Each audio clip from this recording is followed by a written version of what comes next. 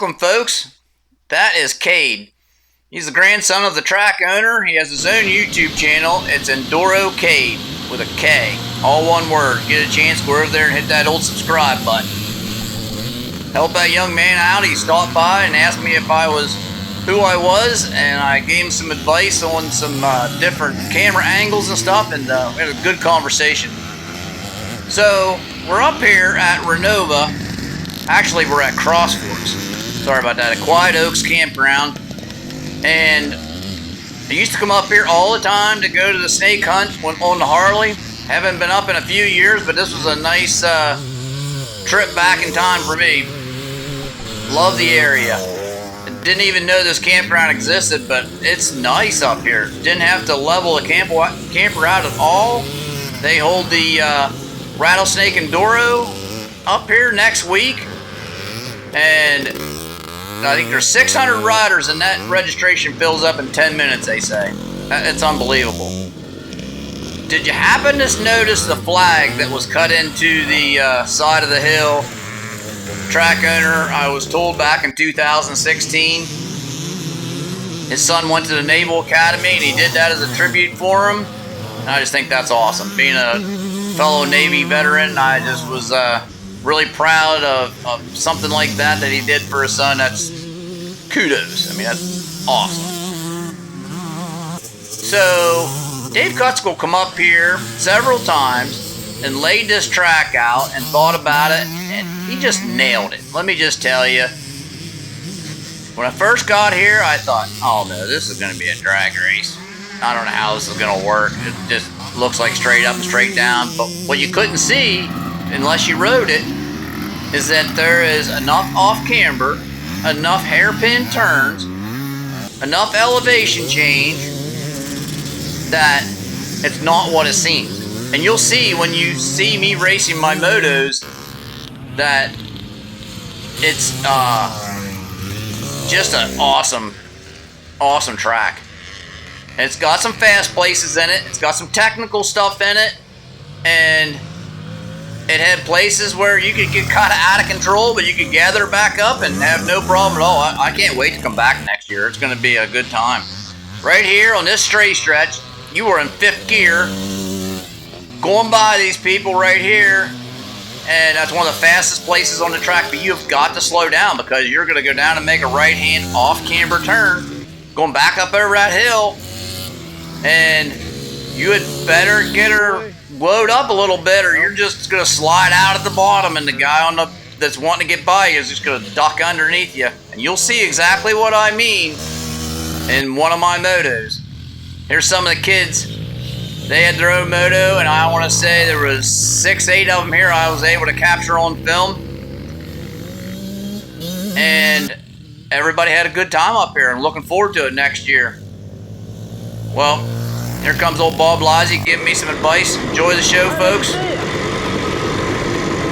asked them to have a new ruling. If it's over 70, it's sliding. If it's under 70, it's dead. Okay. He's got the sign up. He's going to turn her to the one, turn her sideways. And I think we stretched that gum band a little bit there. And Brian Eichelberger's in front of me. He wanted a good start. I wanted a good start. And we both got it. Trying to give him a run for his money. He's out there on, I think it's a RM 465, and could that thing ever rip? And this is the perfect track to let that thing breathe a little bit. I'm going to try my best just to keep up with him and smell a little bit of that two-stroke that he's burning. And this is the very first moto out here, and it's hard to, find your line yet. The berms aren't built up, the grass is still green. It's nice as far as the dust goes, it's not kicking up on you. But you ain't found where you got traction yet or not. And I will say one thing, this is one of the higher speed sections right in here. You can rip through all the gears you got coming down this long straight stretch. And that 465 against my 390, I had to try to outbrake him coming down over this hill to keep him close. And that was my game plan. I knew he could stretch it out there a little bit, and he did. Now I'm looking back. That's Craig Lowry right behind me. And I'm screaming back up over this hill, and I cut out a couple laps because this last lap of this first moto was heart pounding for me because I wanted this. I didn't expect him to come up on me quite as fast as what he did. And he's on that old XR 500 Husky, and I think I can run with him. I'm sure I can run with him. I just got to pick my place where I want to make my pass. And I'm kind of feeling him out right now. Where is his strong points? I've raced Craig enough times that I know that he is just going to crowd that inside line and not going to, if you're going to make the pass, it's going to be on the outside. But what wasn't going through Craig's mind is this track was laid out in such a way that it was wide enough. You could swing things wide, swing inward. When the guy takes the, right there now, I can just kind of feeling him out. I know he's going to take them inside lines, but I got to try to find myself a way back down through there. Now right here is why we had to restart. That little jump right there. Addison Zarance, she bobbled on that a little bit and went down. And her dad and I, Jed, were really getting after it in the first moto. But as soon as he saw his daughter down, he went flying over there and made sure she was all right, and she was. We saw her after the race and stuff. Had a smile on her face. She was doing fine. Got a little mark on her arm, but she's a trooper. So this is the last lap of the first moto, and I got to find a way around Craig, and he's not getting away from me. I'm actually just kind of hanging back here a little bit. I'm on it, and he can use that horsepower to his advantage up there. As long as I don't make too many mistakes, I'm gonna hang with him. Now I know that there's a good chance that he's gonna stretch it out like Brian did. Right here on them 465s and 500s, I gotta outbrake them. That's all it's to it. Coming down over this hill, I gotta take a few chances. I'm gonna not get out of the gas. I'm gonna see how I'm gonna stay in the gas here. I'm gonna try to outbrake you coming in. I'm hard on both brakes. I did swing it down further than I wanted. I think that if I would have kept it more of an inside line right there, I might have been able to gather up a couple more bike lengths. But I got him in my sights, and I'm thinking, all right, I'm coming down over this hill. I want to square it up, and I want to get on the inside of you and try to make this pass. I am letting her hang out right here. Coming up to the start-finish line. Coming around the corner. I wish I'd have crowded him a little bit right there. We were wide open coming across that start-finish line. Good race, though. Good race.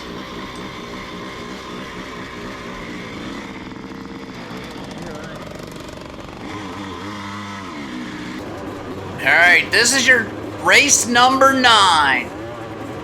This is all your next-gen bikes. You got the 250 Intermediates, the 50-plus Expert.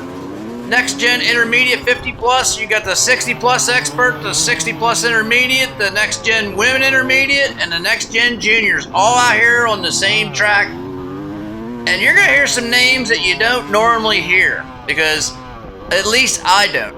Bredlinger, you hear it all the time because he's got a small tribe. That's Tim I'm talking about and his wife. But I have yet to get into a race with his junior, Tim Bredlinger Jr. here, who's on that RMX, who I've raced Tim on that bike in the woods, and Tim screams around there with it. And yeah, I was doing everything I could to catch him. It just made for a heck of a battle. Now this 16T, that's Tory Trout. He's not in my class. He's in the intermediate 50 plus. And I had nobody in my class than the 50 plus Expert. But if you're anything like me, you just look at the 12 guys and women that are on the line and you're like, all right, I got to beat y'all. So he made it fun. I had a good time for a lap or so here trying to get around Tori and the race be clean. That's all I ask. And then I want to try to set my sights on Mr. Breadlinger up there, because his dad said, he goes, you guys just left to hang out there just a little too much, in my opinion. He said he was making him really nervous, which I had to laugh a little bit, because when you're out here, you don't think about being on the edge too much. You're just trying to get by that next guy. But we're hitting these jumps, I mean, hard. And Tori is running some good lines out around here, and it's a fast track. So you kind of got to, like, commit yourself. When you're going to make that pass, you got to commit, stay on the gas, and go for it. I'm thinking I could have got him right there, but that old Honda he's on, I mean, that thing could move. He definitely had to have won his class. He's second overall right now, and Tim's up there just letting it hang out. Now, they changed the course here. There was several accidents. Emily Reichert had a accident there. Addison had an accident there, and Josh Shucker. There's several of them, and they decided they were going to change the course. Smart move, in my opinion. Very smart move. It made for a lot better, safer race, and that's all we're looking for. Alright, I finally cleared Tori, and I got Tim in my sights. He's not that far ahead, but that RMX, I mean, that thing rips. He didn't have it in the second moto. He had to drop down to a 125. He broke the clutch cable. And I'm glad he didn't do it on this moto, because that would have been such a shame as hard as he ran this thing. Oh. His dad said he's been out there training, and I'm thinking we're going to see a lot more of them out here on these grass tracks and in the woods and whatnot. He's really getting after it. Now, one thing I did do with the old KTM was I tore them front shocks apart and rebuilt them, changed oil, and she's plush now, people. Plush. Oh, it felt good out on the track. There was a lot of braking bumps later on in this race, and it was soaking everything up really nice. I got to rebuild the rear shock yet, but getting the suspension worked out, getting it the way I want, and had the bike long enough, you think I already have it figured out, but yeah, she was running good. And coming up here toward the start-finish line, and that's going to be a wrap. Tim just kind of walked away with it after that. Alright, we're back on the second set of motos here. I got Mr. Eichelberger right beside me, and I want to get him bad. Not happening. He was on point. He got the jump on that, got the whole shot up around this little turn here. And I'm committed though. I am gonna try to give him everything I got. I'm gonna pull up there hard. I'm gonna eat some of that roost of his. And we're gonna fly down over here, and that man had some kind of something going on inside of him. Because I mean, coming down that red hill, never hesitated, never heard him get out of the gas once. I wasn't on a full throttle like he was, that's for darn sure. Coming back into this little bit of a chicane, the dust is starting to get built up. They did throw a little bit of water on the track, and it helped, but by the time I got around to like the, some of these motos, as you can tell, it's just turned into a powder, and traction was at a premium. You kind of had to like search and feel your way around to try to see what you could do. And I wasn't sure if where Craig was at. I knew Brian Eichelberger up here was going to push me to my limit. I felt like either he wasn't into it as much as he was the first moto, or I was more committed. I'm not sure, but I was trying to hang with him a lot more so than I did that first moto. And as we all know, the second moto is worth more than the first. So if I was going to beat Craig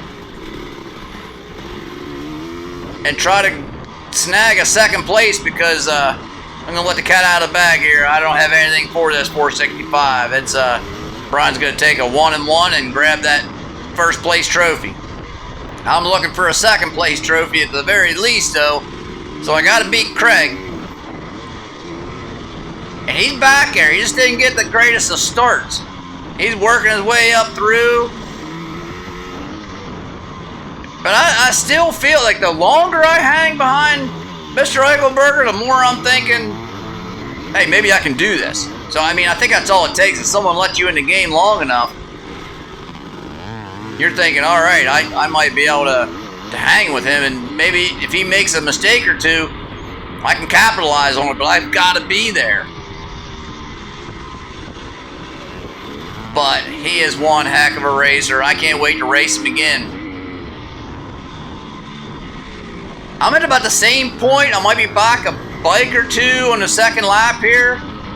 Right here, it seemed like he could just stretch it out. If I could have just twisted that right grip a little bit more, I probably could have hung with him a little bit more. And I think if I was ever going to make a pass where he couldn't use his horsepower, it would have been in this section right in here. And I would have loved to have got a good start on him and see how it played out. But he took full advantage of everything he had in front of him there and make short work of this second moto. And that's how we're going to end up finishing there, folks. I'm just including the best of them, these motos, because they were 5 laps on the first moto, 4 laps on the second moto. And I hope you're enjoying everything, because it was so much fun.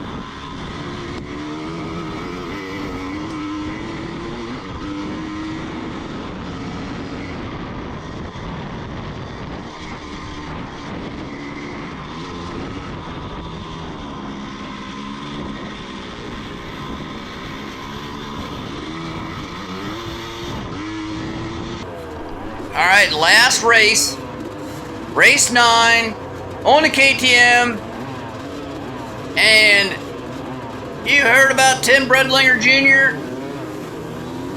and I got Bill Bush off to my left-hand side. I got George Sosnak, and it looks like old Bill Bush is going to get out into the lead. And he's got that 159 of Tim Bredlinger Jr. on that 125, and he is letting that thing scream. I don't know if I got anything for these guys, but I'm going to tell you right now, the longer they let me in the game, more confidence I get. And as you can tell, it got dusty. And no matter how much water you put on this track, it's going to get dusty, and it was hard to see at times. You just kind of had to come up through here and know what you were doing from past motos. It was tough if you were behind these guys, because it was like a smoke screen for you, for sure. And this first lap was a good one.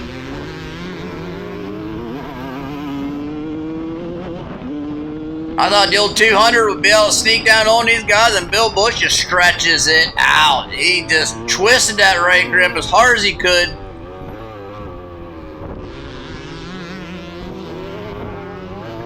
And Bredlinger is not putting any heat on him yet at all. But I don't think he's still trying to feel himself out. We got 4 laps in the second moto here to get it done. Coming down over the hill, and I'm sure he's thinking of where he's going to get him at. He's starting to close up the gap a little bit. This was a great little place right down through here. I got a great vantage point to watch all the racing action. And this was fun. Looks like he's going to try to take him on the outside up here. Oh, he's closed the door.